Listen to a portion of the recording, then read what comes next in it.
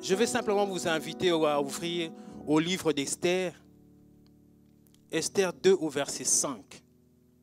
Est-ce que nous pouvons nous lever pour lire la parole de Dieu? Esther 2 au verset 5.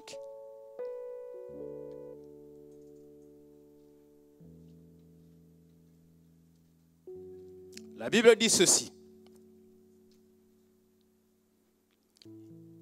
Il y avait dans Suse, la capitale, un juif nommé Mardoché, fils de Giazir, fils de Shimei, fils de Kis, homme de Benjamin, qui avait été emmené de Jérusalem par les captifs déportés avec Jéconia, roi de Juda, par Nabuchodonosor, roi de Babylone. Verset 7.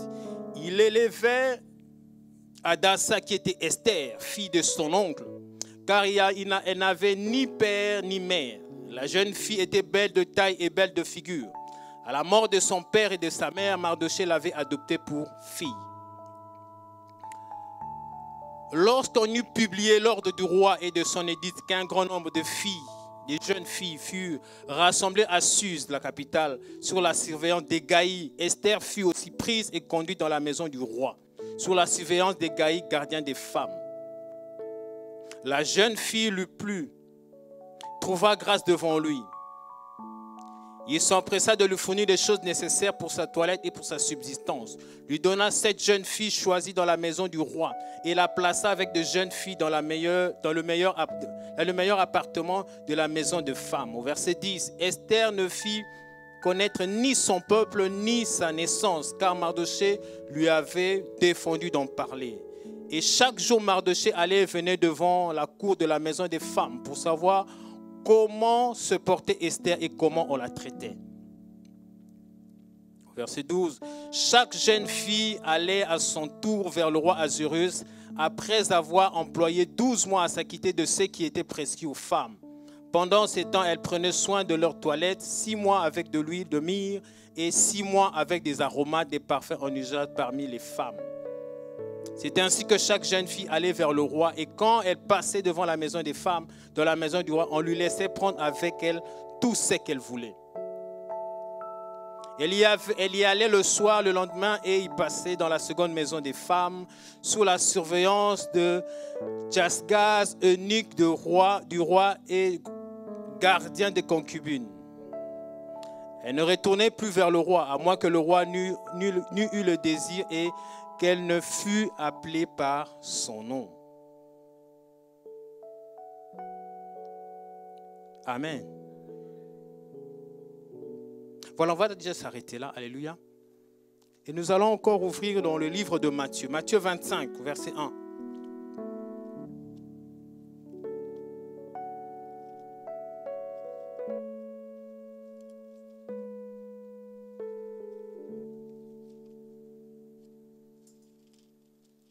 La Bible dit ceci, Matthieu 25 au verset 1.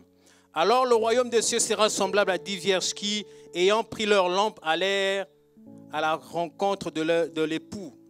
5 d'entre elles étaient folles et 5 sages. Les folles, en prenant leur lampe, ne prirent point d'huile avec elles. Quelle négligence. Mais les sages prirent avec leur lampe de l'huile dans des vases. Comme l'époux tardait, toutes s'assoupirent et s'endormirent. Au milieu de la nuit, on cria, « Voici l'époux, allez à sa rencontre. » Alors toutes ces vieilles se réveillèrent, se préparèrent leurs lampes. Les folles dirent aux sages, « Donnez-nous de votre huile, car nos lampes s'éteignent. » Les sages répondirent, « Non, il n'y en a pas assez pour nous et pour vous. Allez plutôt chez ceux qui en vendent et achetez-en pour vous. » Pendant qu'elles allaient en acheter, l'époux arriva, celle qui était prête entra avec lui dans la salle de noces et la porte fut fermée. Plus tard, les autres vierges vinrent et dirent, « Seigneur, Seigneur, ouvre-nous. » Mais il dit, « Je vous le dis en vérité, je ne vous connais pas. Veillez donc, puisque vous ne savez ni l'heure, ni le jour, ni l'heure. » Amen, amen. Prenons place, bien-aimés.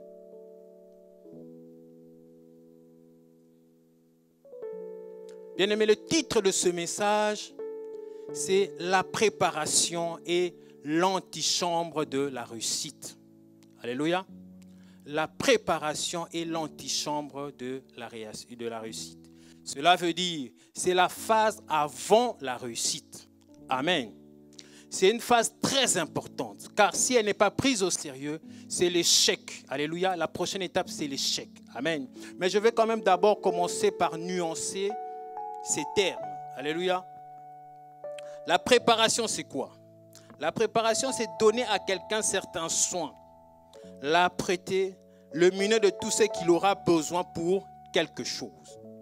Alléluia. David a été préparé pour le trône. Amen, amen. Et le Seigneur l'a préparé, alléluia, pour paître Israël, son peuple. Nous allons juste ouvrir dans le livre de Psaume 78 pour illustrer ça. Psaume 78, au verset 70.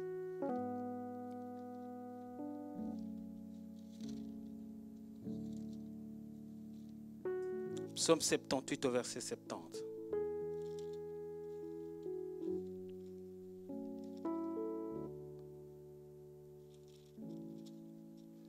La Bible dit ceci. Il choisit David son serviteur, il le tira des bergeries. Il le prit derrière les brebis qui allaitent pour lui faire paître Jacob son peuple et Israël son héritage. Amen. Bien-aimé, Dieu a été allé chercher David derrière les brebis.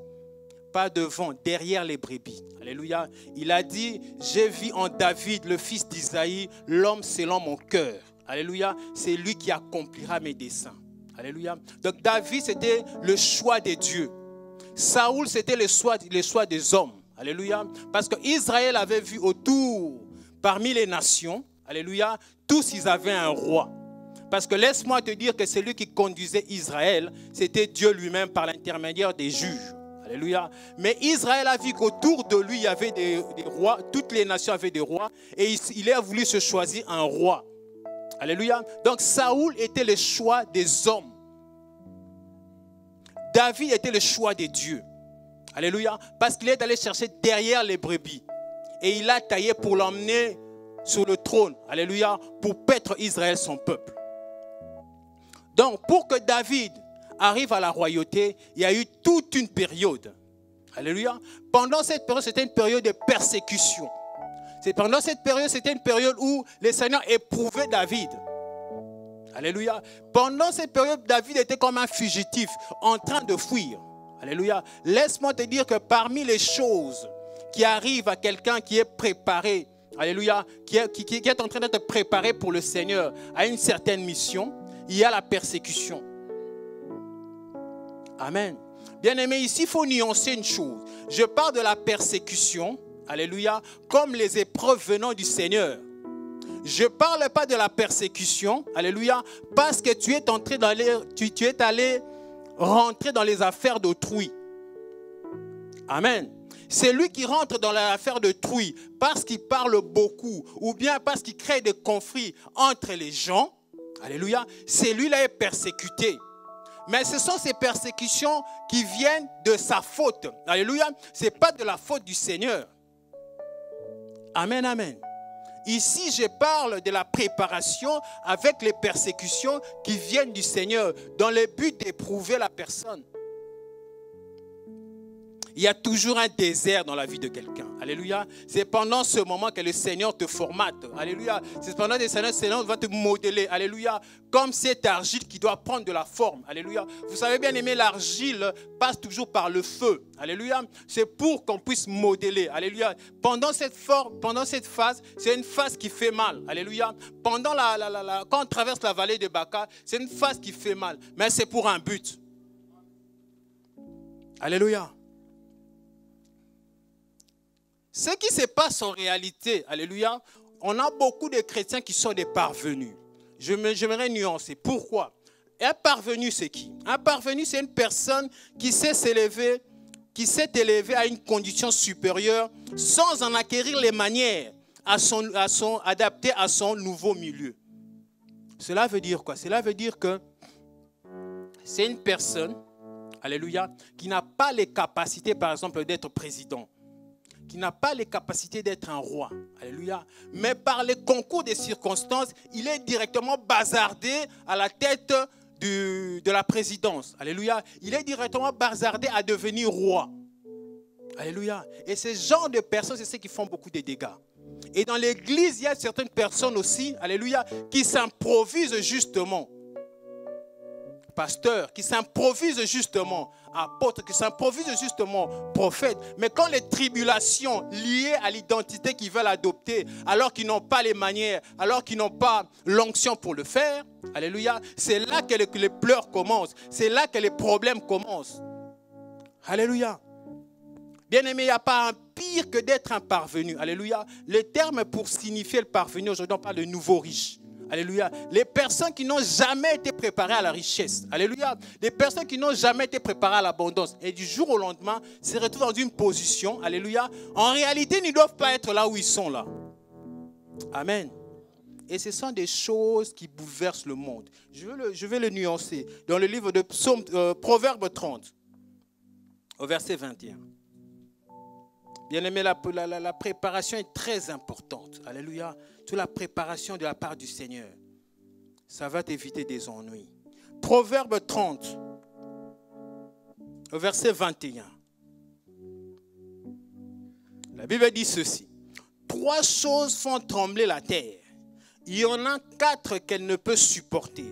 Un esclave qui vient à régner. Un insensé qui est rassasié de pain. Une femme dédaignée qui se marie et une servante qui hérite de sa maîtresse. Alléluia. Donc un esclave, quelqu'un qui est dans une condition d'esclave, quelqu'un qui est dans la servitude, quelqu'un qui n'est pas encore affranchi, en réalité quelqu'un qui n'est pas encore converti. Alléluia. Mais qui s'improvise dans un ministère, qui s'improvise pasteur, qui s'improvise apôtre, qui s'improvise chrétien, alors qu'il ne l'est pas. Alléluia. C'est la porte à des dégâts. Amen, amen. Alléluia. C'est pour cela que David a été préparé. Alléluia. Raison pour laquelle on l'avait emmené dans la maison du roi pour aller jouer la harpe pour Saoul. Alléluia. Pendant qu'il était dans la maison de Saoul, il regardait comment les choses se passaient. Alléluia. Il regardait comment Saoul se tenait sur son trône. Alléluia. Il regardait comment les choses se passaient dans la maison du roi. Il regardait comment les serviteurs et les servantes se travaillaient. Amen. Donc il a eu une phase de préparation. David n'est pas seulement devenu directement roi. Il y a eu une phase de préparation. Il était dans la maison de Saoul, voyant ce qui se passait. Alléluia. Et donc, ici, c'est un peu ça la préparation. Alléluia. On donne à quelqu'un les outils pour une mission. Amen. Et pourquoi je dis que la préparation est l'antichambre? En fait, l'antichambre, c'est quoi? L'antichambre, je lis un peu la définition de Larousse. Larousse dit ceci. Une sorte de vestibule qui précède immédiatement un grand bureau ou une salle de réception, salle de noces. Amen. En fait, on compare l'antichambre avec les demeures des nobles du XVIIe siècle. Alléluia. En fait, c'était une salle avant la salle de noces, avant la salle de réception. Alléluia. Où on se préparait à aller rencontrer le roi. Et l'écriture qu'on vient de lire dans le livre d'Esther, c'est justement ça. On prépare, alléluia, les femmes à aller rencontrer le roi. C'est une phase où on prend des soins, alléluia, où, comme on l'a dit, on prépare la personne, on prépare l'épouse à aller rencontrer l'époux. Amen. Et l'antichambre, c'est l'endroit où la préparation se passe. Alléluia. C'est l'endroit où le Seigneur nous débarrasse de certains fardeaux. Alléluia. Vous savez, la préparation, ce n'est pas seulement dans un niveau un peu très grand. Non, c'est peut-être dans les petites choses du quotidien. Alléluia. La Bible dit que quand, par exemple, on vient dans la présence de Dieu, la Bible dit que qui s'élèvera sur la montagne sainte? On le dit souvent, c'est celui qui a le cœur pur. En réalité, c'est celui qui se prépare à rencontrer le Seigneur. C'est pour cela que nous devons faire la repentance quand nous venons devant le Seigneur. Se préparer, pourquoi? Parce que nous devons rencontrer l'époux. Alléluia. C'est là, va encore dans les détails. Alléluia. Abraham, à la montagne de Morija, quand il veut monter, il a dit aux serviteurs, vous restez ici. Les serviteurs sont restés dans l'antichambre, sont restés. Lui-même, il a s'est débarrassé de tous ses fardeaux et il est monté pour rencontrer le Seigneur. Alléluia. Il y a une phase de préparation, alléluia, qui se passe dans l'antichambre, dans la phase avant de rencontrer l'époux. Alléluia. C'est cette phase qui détermine ce qu'on sera plus tard. Alléluia.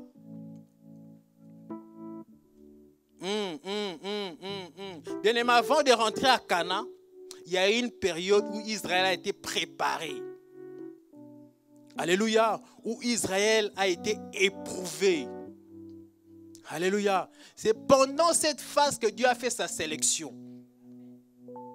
Amen. Bien-aimé, laisse-moi te dire que ce n'est pas tout le monde qui va rentrer au ciel. Les seigneurs aimeraient bien, mais ce n'est pas tout le monde. Alléluia. Vous savez, pendant la marche, c'est pendant cette marche que le Seigneur nous prépare. Amen. Parce que c'est lui qui prend le devant pour aller faire les choses par lui-même. Alléluia. Ça me fait penser les fils de Shiva. Alléluia. Qui ont dit que nous aussi, le Seigneur nous connaît. Et les démons leur ont posé la question. Paul, on les connaît. Jésus, on les connaît. Et vous? Amen. Ils se sont improvisés. Alléluia. Bien aimé, quand on s'improvise, ça se passe toujours très mal. La Bible dit que ces fils ont été chicotés. Alléluia. On les a chassés. Pourquoi? Parce qu'ils étaient en train de jouer avec les démons. Ils se sont improvisés. Alléluia. Bien aimé, il faut éviter s'improviser dans les choses de Dieu. Alléluia. Il faut éviter d'endosser une identité que tu n'as pas. Alléluia. Vous savez, souvent on nous parle des chrétiens non pratiquants. Alléluia. Bien aimé, laisse-moi te dire que les chrétiens non pratiquants, en réalité, c'est des païens. Amen. Amen, amen. Endosser une identité que vous êtes réellement. Ça ne sert à rien de s'attribuer de galons. Alléluia. Alléluia. Esther, on voit que Esther a été préparée. Alléluia. Esther veut dire étoile. Esther, c'est celle qui va régner sur les nations. Esther, c'est celle qui va manifester Jésus par son attitude. Alléluia. Il va manifester Jésus. Laisse-moi te dire que dans ces conditions, alléluia, dans ces conditions de préparation, la réussite est inévitable. Alléluia. Et laissez-moi vous dire aussi que il y a quelque chose qui est très important. Alléluia. On a dit que la préparation, c'est l'antichambre de la réussite. Mais c'est quoi maintenant cette réussite? Alléluia. Ce n'est pas la réussite d'une couronne corruptible. Alléluia. Et ici, c'est la réussite d'une couronne incorruptible. Car c'est ça le plus important. Bien aimé, laisse-moi te dire que le plus important, c'est le royaume des cieux. Le Seigneur veut nous préparer d'abord au royaume des cieux. Alléluia. Bien aimé, on ne préparera jamais quelqu'un pour le mariage spécialement. Ah non. On prépare quelqu'un d'abord pour le royaume des cieux. Le Seigneur, quand il prépare Israël pour Canaan. Alléluia. Parce que quand tu es préparé pour Canaan, tu es préparé pour le royaume des cieux. Alléluia. En réalité, tu es déjà préparé pour le mariage. Préparé pour un ministère. Alléluia. C'est l'intérieur qui doit changer. Ici, on nuance les choses. C'est l'intérieur qui doit changer. Alléluia. Si on change l'extérieur, en réalité, ce n'est que du maquillage. Amen, amen. Les filles de Sus qui étaient avec Esther, alléluia, il y avait un changement physique. Pourquoi? Parce qu'ils sont rentrés dans une salle où il y avait des maquillages. Maquillage, je prends l'exemple de L'Oréal, maquillage de ceci, de MAC, tous les produits de beauté. Il y avait tout. Alléluia. Mais ils étaient préparés que de l'extérieur. Ce n'était que du maquillage. Alléluia. Aujourd'hui, nous voulons des chrétiens qui sont préparés de l'intérieur. Et les chrétiens qui sont préparés de l'intérieur, on le sait. Pourquoi? Parce qu'on regarde aux fruits. Alléluia. L'autre fois, je disais à ma femme, si tu veux voir que quelqu'un est réellement un chrétien, c'est quand il y a un conflit.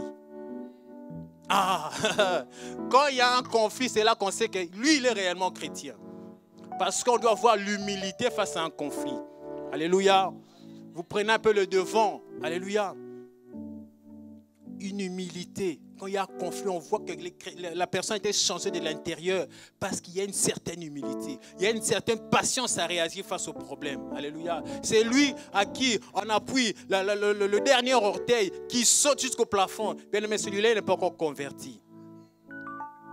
Ou du mieux, il y a encore du travail. Alléluia. Le Seigneur veut nous changer de l'intérieur, pas du maquillage. Alléluia.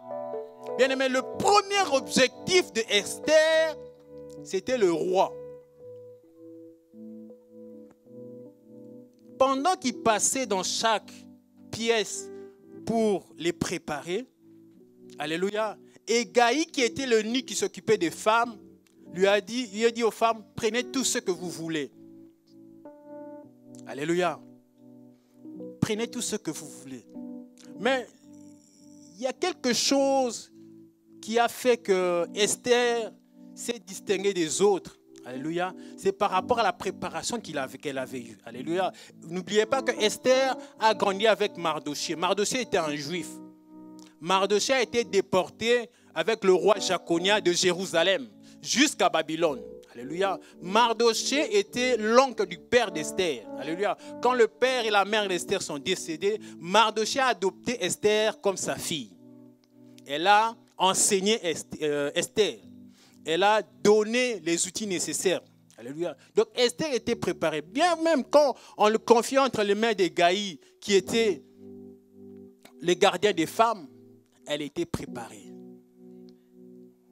Amen, amen. Amen, amen. Bien-aimé, on n'embrasse pas les choses, les bénédictions de Dieu sans être préparé. Alléluia. On ne rentre pas dans son héritage sans être préparé. Alléluia. Bien-aimé, la Bible dit que tant que l'héritier était un enfant, alléluia, tant qu'il est encore fils, il n'héritera pas. Sa condition n'est pas différente d'un esclave. L'esclave n'héritera pas comme un enfant, comme un fils. Alléluia. Donc ici, Esther avait qu'un seul objectif. C'était le roi. Elle s'est dit ceci.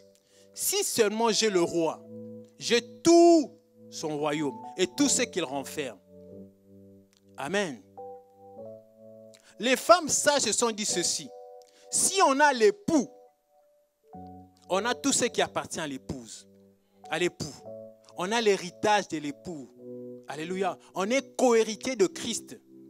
Alléluia. Normalement, l'ambition, le souci de chaque chrétien au monde d'aujourd'hui devait être le royaume des cieux.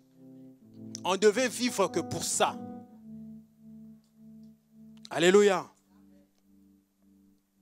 On voit ici que Mardochée a préparé Esther. Alléluia. Comme Jésus-Christ, par sa parole, nous prépare, nous éprouve. Alléluia. Dans la marche chrétienne, on continue, on avance.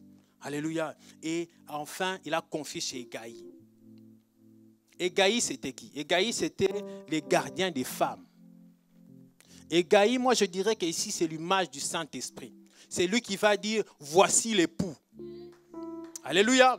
C'est lui qui va te faire rencontrer le roi. Alléluia. Hégaï accompagnait les femmes vers le roi. Hégaï, c'est celui qui criait, voici l'époux. Amen. Bien-aimé, dans la vie, on a toujours besoin de quelqu'un qui peut nous introduire. Vous savez, il y a certaines personnes, leur bénédiction est liée à une église. Moi, je sais que ma bénédiction est liée à cette église. Ou je dirais plutôt mieux, ma bénédiction est liée à une personne. Ma bénédiction est liée au pasteur Mathieu. Alléluia. Bien-aimé, nos bénédictions sont liées parfois à une personne. Et cette personne va dire simplement, voici l'époux. Alléluia. Mais avant ça, il faut une préparation. Amen. Les choses ne s'improvisent pas. Bien-aimé, si tu n'as pas vaincu l'orgueil dans la vallée, tu ne vas pas vaincre l'orgueil au sommet de la montagne. Alléluia. Si tu n'as pas vaincu le commérage dans la vallée, tu ne le vaincras jamais sur la montagne. Alléluia. Dieu ne peut jamais élever un orgueilleux. Ça n'a pas de sens. Alléluia. Le but aussi de la préparation, c'est que ces petites choses, ces choses qui nous dérangent la vie, ces péchés qui nous collent à la peau. Alléluia. Le but aussi de la préparation, c'est d'enlever ça. Alléluia. Mais j'aimerais ici vous parler aussi d'une phase qui est très importante. Alléluia. Dans la préparation. Alléluia. Amen, amen. J'ouvre l'écriture de tout à l'heure. Esther 2 au verset 10. C'est un verset clé. Alléluia. J'aimerais que tu retiennes ça. Alléluia. Comme je l'ai rappelé dès le départ, la préparation, c'est l'antichambre de la réussite. Tu veux réussir, tu dois être préparé. Sinon, tu es un parvenu. Alléluia. Tu vas t'asseoir à une place qui n'était pas réservée. Alléluia. Quand les véritables personnes, alléluia, les grandes personnes vont venir, on va te prendre toi, on va te mettre derrière. Amen. C'est comme quelqu'un qui rentre, qui s'assoit devant la place du pasteur. Alléluia. Quand le pasteur va venir, on va le prendre de lui, on l'enlève là, on le met derrière. Pourquoi? Parce qu'il n'avait pas été préparé à ça. Alléluia. Les choses de Dieu ne s'improvisent pas, bien-aimés. Tu veux la gloire, alléluia, mais il faut être préparé. Alléluia. Esther 2, verset 10, la Bible dit ceci. Esther ne fit connaître ni son peuple, ni sa naissance, car Mardochée lui avait défendu d'en parler. Pendant la phase de préparation, il y a ce qu'on appelle le secret. Le secret a ses bénéfices. Alléluia. Le secret a ses bénéfices. Pourquoi ne l'oublions pas, bien-aimés? On est toujours dans un milieu hostile. Parfois même dans sa propre famille, on est dans un milieu hostile. Avec les amis, n'en parlons même pas. Alléluia. Au travail, n'en parlons même pas. C'est pour cela que le Seigneur recommande toujours le secret. Il y a un bénéfice d'agir dans le secret. Parce que Dieu lui-même cache certaines choses. La Bible dit que les voies de l'Éternel sont au-dessus des voies de l'homme. Au-dessus de nos voies. Pourquoi?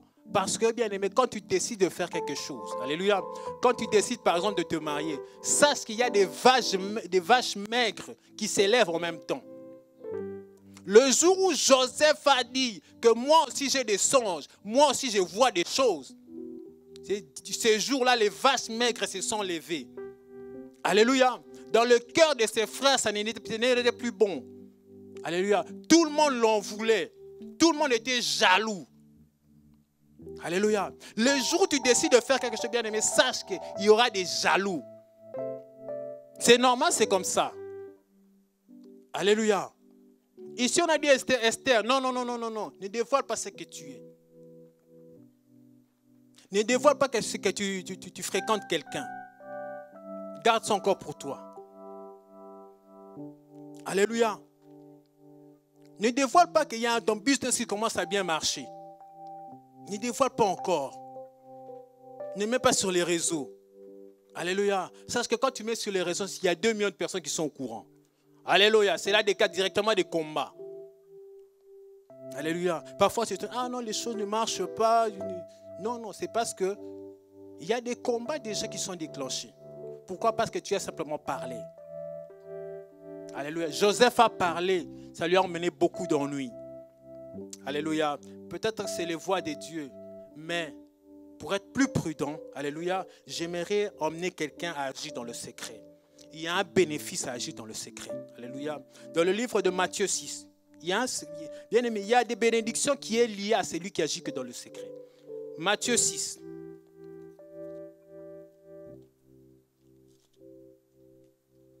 Le secret, c'est très important, bien-aimé, dans la phase de préparation. Alléluia. La Bible dit ceci. Gardez-vous de pratiquer votre justice devant les hommes pour être vus. Autrement, vous n'aurez point de récompense auprès de votre Père qui est dans les cieux. Alléluia. Ceux qui donnent à l'église et qui disent, voilà, nous, on est des gens qui soutiennent cette église, qui sonnent la trompette. Alléluia. Pour être vus des hommes, ceux-là ont leur récompense. Alléluia. La récompense des hommes, c'est quoi? Ah, les hommes vont t'acclamer. Ah, lui, vraiment, quand il donne à l'église, il donne. Alléluia. Vous serez acclamés des hommes. Alléluia. Au verset 7, la Bible dit, en priant, ne multipliez pas des vaines paroles, comme les païens qui s'imaginent qu'à force de paroles, ils seront exaucés. Alléluia. On continue plus loin. Au verset 16, lorsque vous jeûnez, ne prenez pas un air triste, comme les hypocrites qui se rendent le visage tout défait, pour montrer aux hommes qui jeûnent. Je vous le dis en vérité, ils reçoivent leur récompense.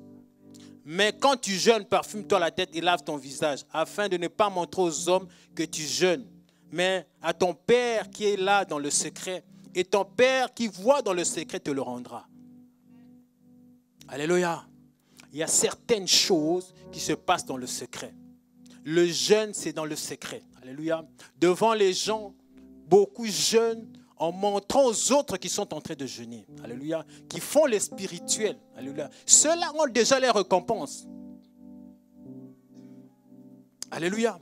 Il y a la récompense qui se passe dans le secret. Vous savez bien aimé, Néhémie, pour aller libérer Jérusalem, pour aller reconstruire le mur de Jérusalem, la Bible dit qu'il a fait son inventaire. Il a fait le constat des dégâts la nuit. Alléluia. Pourquoi? Parce que l'étape suivante, quand il est venu pour reconstruire les portes de Jérusalem qui étaient consumées par le feu, directement il y a eu opposition. C'est là qu'on parle des Sambala et des Tobija et les Arabes qui se sont levés contre Néhémie. Donc, le jour où il a dit qu'on va rebâtir les murailles de Jérusalem, il y a directement des combats. Alléluia. Certains combats viennent dans nos vies simplement parce qu'on a dit à un ami, tu sais, maintenant je fréquente quelqu'un. D'ailleurs. Alléluia. Le jour suivant, tu lui envoies des messages à ton fiancé, il ne répond plus. Alléluia. Pourquoi? Parce qu'il y a eu des combats. Amen. Bien-aimés, sachez une chose, que le diable rôde autour de nous comme un lion rugissant, cherchant qui dévorer. Alléluia. Je ne dis pas de devenir paranoïa. Ce n'est pas ça le but non plus. Alléluia. Le but, c'est de vivre un peu dans le secret. Réserver certaines choses pour soi-même. Amen, amen. Et c'est très important dans la phase de préparation. Alléluia. Il y a autre chose que j'aimerais partager avec vous, c'est la fermeté. Amen. Durant la phase de préparation, dans cette antichambre, dans cette salle d'attente, alléluia, vers la réussite, dans cette phase d'attente où on attend qu'on nous dise voici l'époux pour aller à son rencontre, alléluia, il y a la fermeté. Alléluia. Vous savez, toutes ces femmes de Sus qui étaient avec Esther, quand on les faisait passer dans chaque pièce, alléluia, on les disait, prenez ce que vous voulez. Amen, amen. Il y en a qui prenaient, alléluia, prenez des choses. Cela veut dire qu'ils étaient un peu écartés de l'essentiel. Esther, elle, dans sa tête, il y avait l'essentiel, c'était le roi. Une fois que j'ai l'époux, une fois que j'ai le royaume des cieux, alléluia, tout le reste vient se mettre en place. Vous savez bien aimé, le royaume des cieux, c'est comme un socle, une base. Du moment où, alléluia, tu as cette fondation, tout le reste vient se mettre dessus. Alléluia. Tout le reste vient se mettre dessus. On ne court plus pour ces choses-là. C'est le Seigneur lui-même qui vient les mettre en fait. Alléluia. Du moment où quelqu'un dit, bon, je veux vivre une vie spirituelle désintéressée. C'est ce moment-là que le Seigneur vient mettre beaucoup de choses. Alléluia. Tu ne vas pas comprendre peut-être que les enfants des autres vont peiner, par exemple, à avoir certains talents, à faire certaines choses. Et toi, tes enfants seront des enfants très intelligents, doués des talents. Pourquoi? Parce que tu accordes la priorité au royaume des cieux, aux choses des dieux. Alléluia. Bien-aimés, nous ne suivons plus aujourd'hui l'époux parce qu'il nous donne des choses. Non, nous suivons l'époux, alléluia, parce que nous sommes son épouse. Alléluia, nous sommes son épouse. Alléluia. Bien-aimés, la fermeté, c'est très important. Voilà pourquoi parmi les fruits de l'esprit, il y a la maîtrise de soi. Pourquoi? Parce que c'est lui qui n'a pas la maîtrise de soi, c'est lui qui n'a pas la fermeté. Alléluia, c'est la porte ouverte aux tentations. C'est pour ça que l'esprit, quand il vient mettre, alléluia, des choses dans l'homme, il met la maîtrise de soi. Parce que sans la maîtrise de soi, c'est une porte ouverte, alléluia, à la tentation.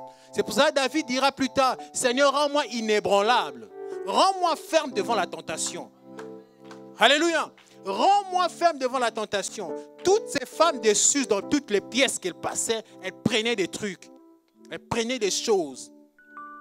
Alléluia. Elles prenaient des choses. Pourquoi? Parce qu'elles n'avaient pas d'objectif. Elle dit, bon, on ne sait jamais. Peut-être que le roi ne me choisit pas. Mais entre-temps, je me serais déjà mis à tranquille. Alléluia. Les vierges folles, c'était la même chose. Pas de priorité. Alléluia. Le moment où tout le monde s'est disputé, alléluia, pour voir quelle est l'huile qui représente le Saint-Esprit, quelle est l'huile qui sera avec moi, elle s'attelait à ces choses futiles. Alléluia. Le moment où on a préparé l'huile, parce qu'on ne sait jamais à quelle heure l'époux va revenir, alléluia, elle s'attardait à des choses vaines. Alléluia. Bien aimé, laisse-moi te dire que dans l'église, il y a des vierges folles, il y a des vierges sages. Elles n'ont pas toutes les mêmes priorités. Alléluia. Il y en a qui viennent comme l'enfant prodige. On lui donne sa bénédiction, on s'en va. Quand ça tourne mal, il revient. Combien de personnes nous avons vu aujourd'hui, il a eu le travail, il a fui l'église. Alléluia. On l'appelle, hey, tu es où? Je travaille. Oh, tu es où? Je suis avec les enfants. Alléluia. Mais quand ça tourne mal, il revient vite. Alléluia. On va voir un mercredi là, le frère apparaît ou la sœur apparaît. Ah, mais tu étais où? Ah, mais non, c'est dans le temps le travail. Non, ça chauffait de l'autre côté. Alléluia. Ne soyons pas comme l'enfant prodige. Alléluia. Ayant une seule priorité, Jésus. Vous savez, bien aimé, Jésus, ça lui fait du bien. Quand tu es béni, tu restes encore dans la présence de Dieu. Quand tu es béni, tu fuis la présence de Dieu. Bien aimé, tu es comme une vierge folle. C'est qu'en réalité, on a compris que c'était ça ton objectif. Seigneur, donne-moi des enfants, donne-moi des enfants. Les Seigneurs donnent, oh non, je ne peux plus venir à l'église parce que les enfants ceci, les enfants cela. Ça devient une excuse. Alléluia. Bien aimé, tout ce qui prend la place de Dieu, Dieu finit par l'enlever. Bien aimé, je parlais de la fermeté dans les choses de Dieu. Dieu te bénit, mais tu restes à ses pieds. Alléluia. Tu n'es plus quelqu'un qu'on va balloter à gauche, à droite par des doctrines. Alléluia. Tu n'es plus quelqu'un qu'on va jouer. Non, tu restes ferme dans ta foi. David dit, Seigneur, rends-moi inébranlable. On va lire Psaume 1 au verset 1. Vous savez, bien aimé, un des fléaux de cette période de la Odyssée, c'est l'instabilité. Un des fléaux, c'est l'instabilité. Qu'est-ce qui crée l'instabilité? Ce qui crée l'instabilité, Psaume 1, verset 1, ce qui crée l'instabilité, c'est le milieu dans lequel nous sommes. C'est cette séduction du temps de la fin. Alléluia, qui crée l'instabilité. Vous voyez quelqu'un qui vient à l'église ce dimanche, le dimanche prochain, il ne vient pas. Il vient à l'église le dimanche d'après, il ne vient pas. Alléluia, il est dans une phase d'instabilité. Quelqu'un qui prie une fois et puis après il ne prie plus. Et puis après ceci, alléluia, une phase d'instabilité. Vous savez, quelqu'un qui a un travail aujourd'hui, il perd le travail, il part dans un autre travail, il perd le travail. Une phase d'instabilité. Et le diable aime ça. Le diable aime que nous soyons instables, surtout dans les choses de Dieu. Alléluia. On prend des décisions qu'on ne respecte jamais. Alléluia. Psaume 1, verset 1. La Bible dit ceci. Je recommande à quelqu'un d'être ferme. Pendant cette phase de préparation, je prie que le Seigneur puisse te rendre inébranlable. Alléluia. Te rendre ferme. Car ta réussite est à la porte. Alléluia. Ta destinée est à la porte. Le Seigneur veut te le donner, mais tu restes, tu n'es pas ferme. Alléluia. Psaume 1, verset 1. La Bible dit ceci. Heureux l'homme qui ne marche pas selon les conseils des méchants, qui ne s'arrête pas sur la voie des pécheurs, qui ne s'assied pas en compagnie des moqueurs, mais qui trouve son plaisir dans la loi de l'Éternel, qui la médite jour et nuit. C'est comme un arbre planté près d'un cours d'eau, qui donne son fruit en sa saison, et dont le feuillage ne flétrit point. Tout ce qu'il fait lui réussit. Donc une des étapes, alléluia, qui est primordiale dans la préparation, c'est la fermeté. Car la fermeté emmène à la réussite. Alléluia. C'est lui qui est ferme, c'est qui? C'est lui qui est ferme, c'est lui qui passe du temps dans la méditation des dieux, des choses des dieux. Alléluia. Pourquoi? Parce que les paroles de Dieu créent la foi. La Bible dit que la parole vient de ce qu'on entend. Crée une certaine foi. Alléluia. Crée une certaine résistance. Alléluia. Donc, quand le diable va t'attaquer avec des mauvaises pensées, ou bien parce que tu serais glissé en compagnie des pécheurs, en compagnie des moqueurs, tu seras ferme. Alléluia. Laisse-moi te dire que dans la loi de l'environnement, il y a beaucoup de choses qui se passent dans notre environnement qui nous influencent. Alléluia. Pierre a régné Jésus. Pourquoi? Parce qu'il était dans un environnement hostile. Il était en compagnie des moqueurs et des pécheurs qui lui ont dit, toi aussi tu étais en compagnie de celui-là. Alléluia. Alléluia. Et il a régné Jésus. Pourquoi? Parce qu'il était instable. Alléluia, il était dans un environnement qu'il ne fallait pas. Alléluia. David dit que je trouve mon plaisir dans la méditation de la loi de l'Éternel. Ça veut dire que David était quelqu'un d'inébranlable, quelqu'un de ferme, quelqu'un de stable. Pourquoi? Parce qu'il n'était pas en compagnie de moqueurs. Alléluia. Alléluia. Si tu es en compagnie des gens qui fréquentent des boîtes de nuit, bien aimé, tu vas fréquenter les boîtes de nuit. Alléluia. Nous disons souvent, oh non, moi je ne suis pas influençable. Mais en réalité, tu ne l'es pas encore, mais tu es déjà parti. Amen. Alléluia. Faites attention, bien aimé. Donc, ce sont ces choses, alléluia, dont nous avons besoin. Nous allons ouvrir maintenant au livre de Matthieu, qu'on avait lu tout à l'heure, Matthieu 25. Alléluia. La préparation, bien aimé, c'est l'antichambre de la réussite. Tu veux réussir, tu dois accepter que le Seigneur te prépare. Alléluia. Tu dois accepter que le Seigneur te prépare. Et quand on te prépare, ce n'est pas facile. Alléluia. C'est très compliqué parfois. Alléluia. Mais c'est le chemin. Joseph avait compris que le chemin où il allait là, c'était un chemin, c'était difficile. Mais c'est ce qui l'a mené à la réussite. Alléluia. Il a eu son songe, il avait 17 ans. Mais il est arrivé à la royauté à quel moment? Auprès du pharaon. Quand il avait 30 ans. C'était une phase de préparation. Alléluia. La Bible dit qu'Élisée a suivi Élie. Les historiens disent pendant au moins 25 ans. Une phase de préparation. Les choses de Dieu, ça ne s'improvise pas. Alléluia. Tu veux être une étoile comme Esther. Accepte que le Seigneur te prépare. Alléluia. Bien aimé, le problème avec les chrétiens d'aujourd'hui, on ne veut plus se jeter dans la fosse au lion. Plus personne ne veut se jeter à la fosse au lion. Alléluia. De toute façon, ça n'intéresse personne. Amen, amen. Matthieu 25. Tu veux être une vierge sage, accepte que le Seigneur te modèle. Alléluia. Matthieu 25, au verset 3. La Bible dit que les folles, en prenant leur lampe, ne prirent point d'huile avec elles. Alléluia. Elles n'ont pas pris de l'huile avec. L'huile représente simplement l'onction. Alléluia. Représente l'Esprit de Dieu. Représente le Saint-Esprit.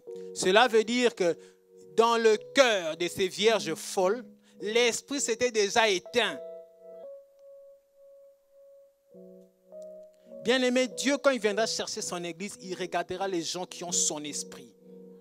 Tu n'as pas son esprit, tu ne pars pas. Alléluia. Il est temps que certaines choses soient claires. Alléluia. C'est pour prévenir certaines choses. Alléluia. Il a dit que je ne vous ai jamais connu. Cela veut dire qu'ils n'avaient pas son esprit. Amen. Et les vierges folles, en réalité, qu'est-ce qu'elles ont fait? La Bible dit que les folles ne prenant leur lampe en prenant leur lampe, ne prit point d'huile avec elle. Quelle négligence. Et quand on a dit voici l'époux, c'était déjà trop tard. Alléluia. Fallait y penser. Et ils n'y y ont pas pensé. Quelle négligence. Alléluia. Parce qu'à un moment donné, que les vierges folles, que ce soit les vierges sages, tout le monde s'est endormi. Alléluia. Tout le monde est resté dans l'assoupissement. C'est comme l'église de Laodicée aujourd'hui. Alléluia. Dans ces milieux de séduction des temps de la fin. Alléluia. On a besoin de l'Esprit de Dieu. Tu n'as pas l'huile, tu vas tomber. Alléluia. Et le Seigneur veut justement nous préparer à ça. Pour nous éviter ce genre de catastrophes. Amen. Le besoin des vierges sages, c'était rencontrer le Seigneur. Le besoin de l'église d'aujourd'hui, ça doit être de rencontrer le Seigneur, de préparer son huile. Alléluia. D'être en contact avec le Saint-Esprit. C'est ce dont l'église a besoin maintenant. Alléluia. Au jour d'aujourd'hui, l'église a besoin de l'Esprit de Dieu. Alléluia. Quand je regarde comment les gens se battent sur les réseaux sociaux pour monter. Alléluia. Les gens se battent. Vidéo par-ci, vidéo par-là. On cherche la gloire. Alléluia. Pourquoi? Parce qu'on n'accepte plus la préparation. Ça fait trop mal. Amen. Ça n'intéresse personne. Alléluia. Alléluia. Ça n'intéresse personne. Alléluia. Les choses de Dieu, ça s'improuve. Vous savez, Josué a suivi Moïse. Il a été préparé. Josué ne s'est pas improvisé. Et la preuve même, il a répété beaucoup de choses que Moïse avait fait. Moïse arrive à Karnes Barnéa. Il envoie des espions. Amen, amen. Josué fait la même chose des années plus tard.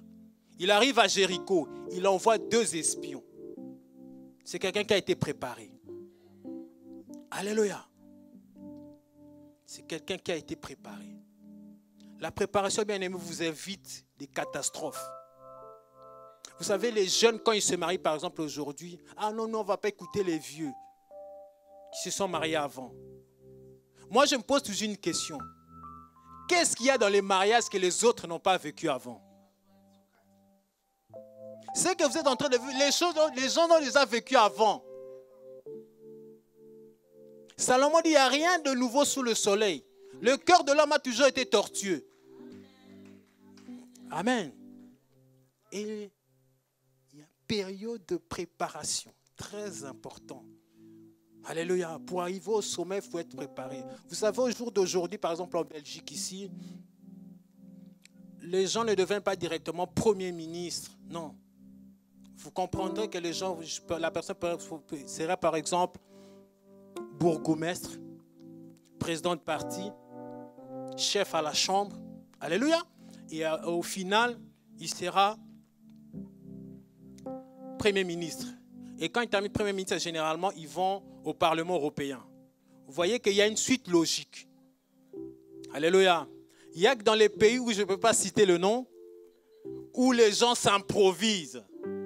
Alléluia. Quelqu'un qui est parti de nulle part, et puis du jour au lendemain, il est bazardé au sommet. Qu'est-ce que vous voulez que la personne fasse quand il est au sommet? Les enjeux sont énormes. Alléluia. Il sera complètement perdu. Amen.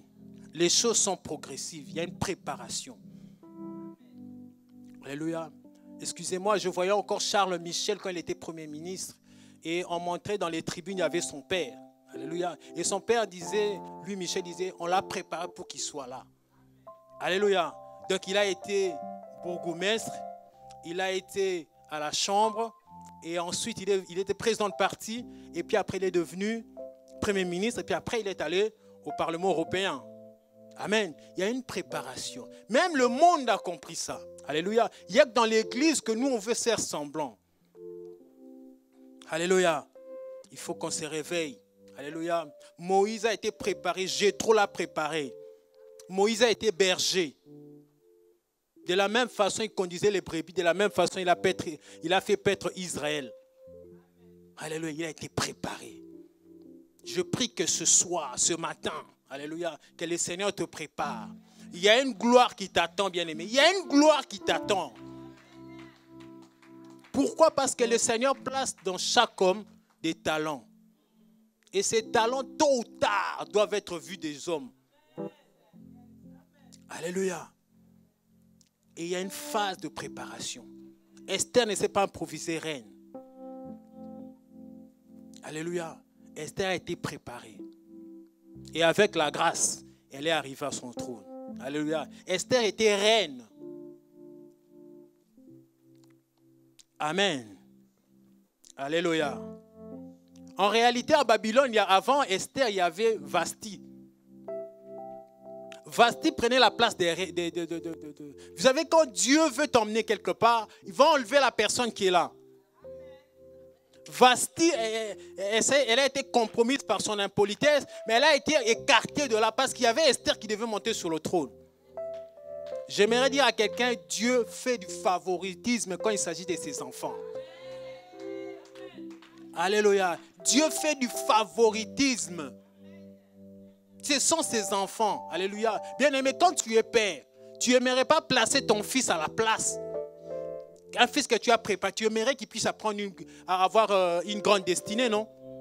Dieu fait la même chose. Quand il s'agit de ses enfants, il va enlever tous les païens, il va te placer là. Alléluia. Esther n'était pas reine en Israël. Elle était reine à Babylone. Voilà pourquoi on a dit de ne pas révéler son peuple. Parce que les gens de Susan allaient savoir, ah non, elle est étrangère. Ça allait déclencher des combats, bien aimés. Amen, amen. Mais nous allons lire une écriture avant de terminer. Proverbe 31. Oh, je prie que le Seigneur te prépare pour la gloire qui t'attend. Alléluia.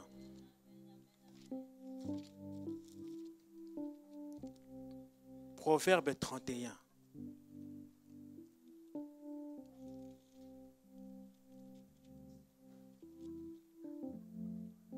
Alléluia. Ici, on dit ceci. Parole du roi Lemuel. Sentence par lesquelles sa mère l'instruisit. Alléluia. Ici, on parle du roi Lemuel.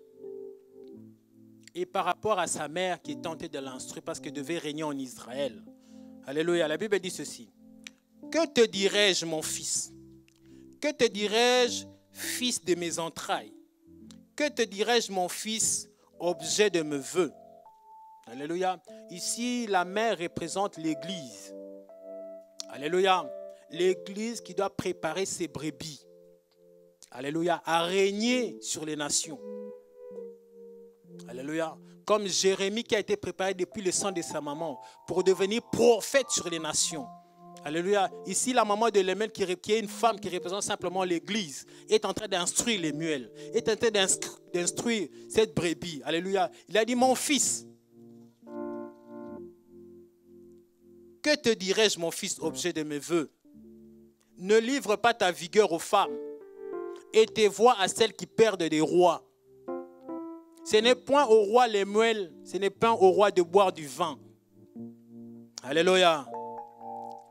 Bien-aimé, l'alcool est un fléau au jour d'aujourd'hui. Alléluia. Ce sont des sujets qu'on aime plus s'attarder. Alléluia. Mais c'est très, très important, bien-aimé. Vous savez, j'ai posé la question une fois à quelqu'un qui m'a dit, oui, mais on dit quand même qu'il faut boire, on peut boire, on dit, ne vous enivrez pas du vin. Donc, on peut boire un verre. Alléluia. On peut boire un verre. Généralement, on ne boit généralement pas un verre. On boit peut-être 3 ou 4. Alléluia. Mais j'aimerais nuancer quelque chose. Vous savez, il y a une loi qu'on appelait la loi de Naziréa. C'était quoi la loi du Naziréa? La loi du Naziréa, c'était quoi? C'est qu'il était consacré à Dieu, ne pouvait pas toucher à l'alcool. Dieu allait plus loin. Alléluia. Il interdisait même de toucher aux raisins. Alléluia, quels sont les fruits de la vigne. On interdisait même, par exemple, Samuel, alléluia, il ne pouvait pas toucher à l'alcool. On a dit la même chose à Élisabeth pour Jean-Baptiste. Il ne pouvait pas toucher à l'alcool. Pourquoi? Parce que l'enfant qui était dans son sein était oint. Alléluia. Je pars de ce principe-là pour dire que celui qui est où aujourd'hui, c'est qui? C'est celui qui a le Saint-Esprit. Amen. Si toi, tu trouves encore plaisir à boire l'alcool, c'est qu'en réalité, en toi, tu n'as pas le Saint-Esprit. Alléluia. Pour ceux qui ont le Saint-Esprit, ne peuvent pas toucher à l'alcool. Alléluia. Donc, un chrétien ne peut pas toucher à l'alcool. On prend l'exemple de Timothée, à qui Paul a dit de faire un peu de vin. Bien aimé, c'était une thérapie. Alléluia. Car Timothée avait l'incontinence. Et on lui conseillait un peu de vin. C'était une thérapie. Ce n'était pas délibérément les soucis de la vie. Il est dépassé par les soucis de la vie. Ah non, je veux boire ce vin. Non, ce n'était pas dans ce sens-là. Alléluia. Généralement, c'est un verre, deux verres. Et puis après, on devient, on est classé. Alléluia. C'est pour ça que j'aimerais dire à quelqu'un, rappeler à quelqu'un, alléluia, que l'alcool n'est pas une bonne chose. Amen, amen. D'ailleurs, la mère de l'homme interdit ça à Lemuel. Alléluia. Il a dit, c'est point au roi de boire du vin, ni au prince de rechercher des liqueurs fortes, de peur qu'en buvant, il n'oublie la loi. Alléluia. Donc c'est un liquide, quand tu le bois, il attaque la tête. Alléluia. Bien aimé, vous pouvez boire de l'eau, jamais il va affecter votre tête. Alléluia. Jamais vous allez devenir fou. Alléluia. Jamais vous allez être poussé vers les femmes. Mais quand vous buvez un ou deux verres, ça vous pousse directement pour les hommes vers les femmes. Ça attaque la tête directement. Alléluia. Vous savez, les scientifiques ont fait, il y a une analyse qui a été faite. On regarde le cerveau d'une personne qui a bu de l'alcool, comment le cerveau se comporte. Alléluia. Et on regarde ça dans un oscillographe. Un oscillographe, en fait, c'est un appareil qui montre les signaux, en fait. Donc, on traite ce qui se passe dans le cerveau et on le reproduit sur un écran. Alléluia. Et quand on regarde le cerveau, comment il réagit, alléluia, en fait, on voit des signaux qui sont un peu serpentins comme ça. Amen. Cela veut dire quoi dans l'attitude de la personne? En fait, quand ça montre cela veut dire que dans la attitude de la personne, alléluia, la personne est un peu instable. Alléluia. Donc en réalité, celui qui boit l'alcool développe une certaine instabilité. C'est pour ça que vous verrez que la personne titube un peu, va à gauche, va à droite. Pourquoi? Parce que son cerveau est affecté. Alléluia. Quand les ferteurs sont affectés, bien aimé, tu ne réfléchis plus correctement. Alléluia. Même dans le physique, cela nous démontre les défauts de l'alcool. Alléluia. Je prie au Seigneur que toi, quand tu bois souvent un verre, que tu puisses arrêter cela. Alléluia. C'est pour ton bien. Amen, amen. Donc, je disais, pendant ces phases, pendant cet enseignement où la mère de l'homme conseillait Lemuel, tu vas être roi. Alléluia. Nous, l'Église, qui vont régner sur les nations. Alléluia. C'est à nous que l'interdiction est faite par rapport à l'alcool, par rapport aux femmes. Alléluia. Parce que les femmes perdent les rois. Alléluia. Les femmes peuvent tuer une destinée. Alléluia. On ne s'en rend pas compte. Mais cela peut tuer une destinée. Alléluia. Alléluia. Et c'est pendant la phase de la préparation que le Seigneur nous prépare à ces choses. Bien aimé, pour vaincre l'adultère, pour vaincre les femmes, l'alcool, laisse-moi te dire que cela ne relève pas de la force physique. Alléluia. Cela se résout dans la prière. C'est pendant la prière que ces choses tombent. C'est quand on fait confiance en Dieu, quand on suit le Seigneur réellement, que ces choses tombent. Alléluia. Est-ce que là où tu es, tu peux simplement te lever?